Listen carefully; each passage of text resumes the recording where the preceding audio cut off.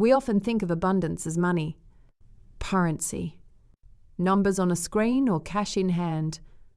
But in reality, wealth begins as a pattern. It is an energetic structure, a behavior of flow, a rhythm of exchange. And unless you understand how it functions energetically, most attempts to manifest it will fail, or, at best, create temporary gains that quickly collapse. Abundance is not just personal. It is not just mindset. It is a field.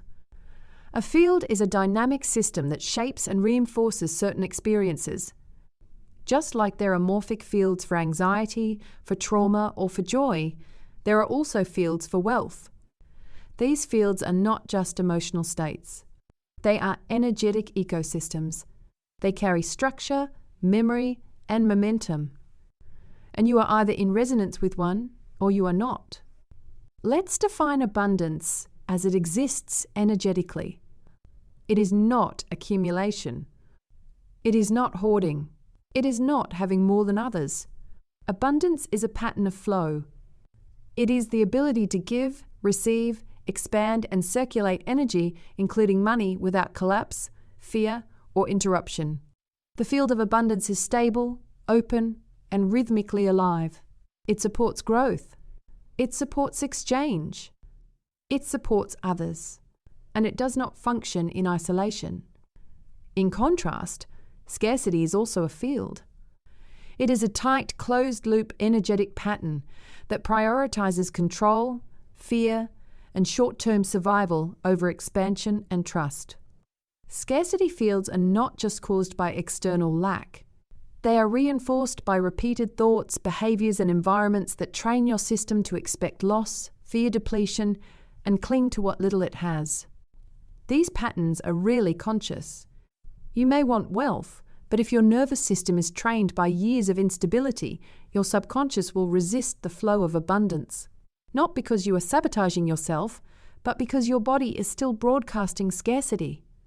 You may associate having more with danger, or visibility, or betrayal.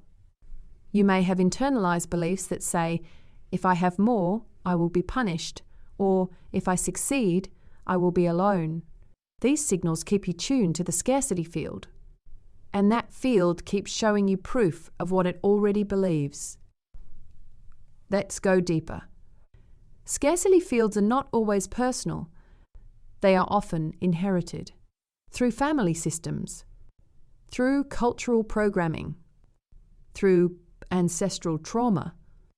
If your parents struggled with money, or saw wealth as corrupt, or experienced betrayal linked to success, those energetic patterns live on. Not just in the stories you tell yourself, but in the very shape of your nervous system, your posture, your voice, your expectations.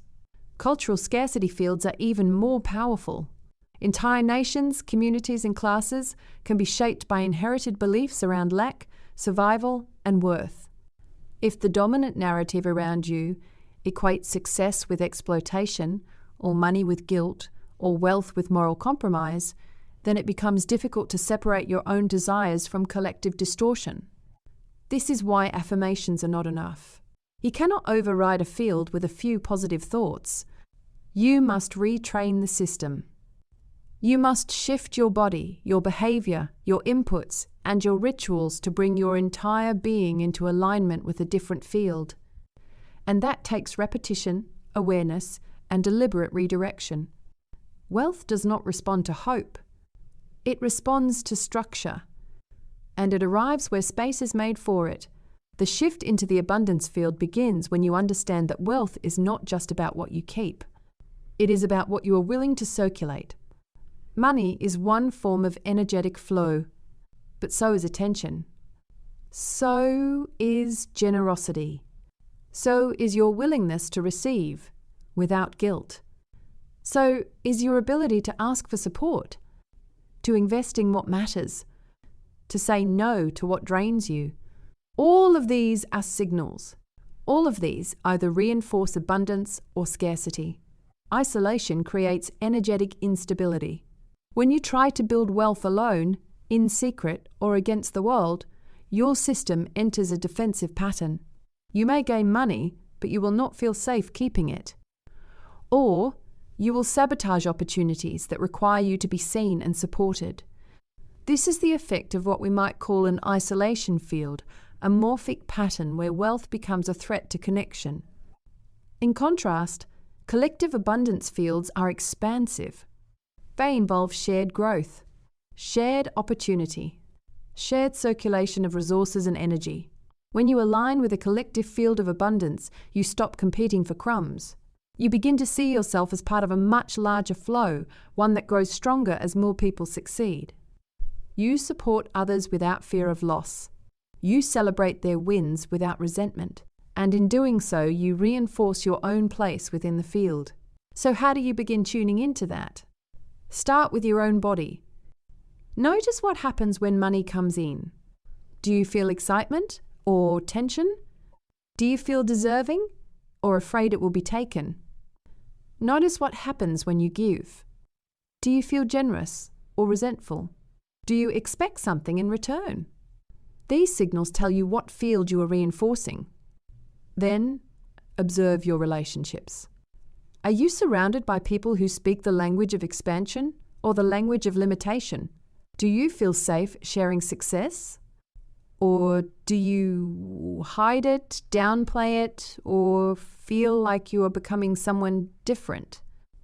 Abundance does not thrive in secrecy or guilt. It thrives in openness, clarity, and clean exchange. Next, create rituals of flow. This could be financial, yes, but also energetic. Begin circulating something every day: money, ideas, support, gratitude, creative energy. Open the channels. Prove to your own system that it is safe to give, safe to receive, and safe to expand without losing control. You are not trying to manifest money out of thin air. You are aligning yourself with a field that already exists, a field of intelligent, stable, non-exploitative abundance. The more clearly and consistently you emit that signal, the more the field mirrors it back. Not instantly, but reliably. Because abundance is not just a reward for thinking positively. It is a field behavior, a rhythm, a relationship with circulation, safety, and self-trust. And once you begin to move inside that rhythm, your entire relationship with wealth changes. You stop chasing it. You stop fearing it. You stop treating it as proof of your worth. It becomes what it has always been: a tool, a flow, a signal of alignment. So if you feel blocked around wealth, do not just push harder. Step back. Observe the field you are in. Feel the rhythm you are reinforcing. And begin, gently and deliberately, to choose a new one.